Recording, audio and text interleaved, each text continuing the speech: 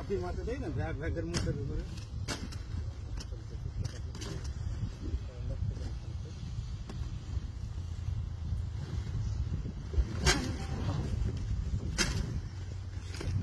বস্তা আছে, পেপার আছে, লেবার আছে, সব আছে, বুঝছেন? তো কিভাবে আমরা তাহলে কবিটা কাটতে পারি? এখন ক্ষোভে পড়ে এখন এখানে যদি থাকে এই যে মোকা না দেবেন এখানে পালা মেরেছি, ফেলে দিয়েছি। গরুর খাবার বা এইসব গরুওয়ালারও দিছে না, দেখছেন না? গরুওয়ালারা যদি যাইতো তাও তো বাঁচা যাইতো।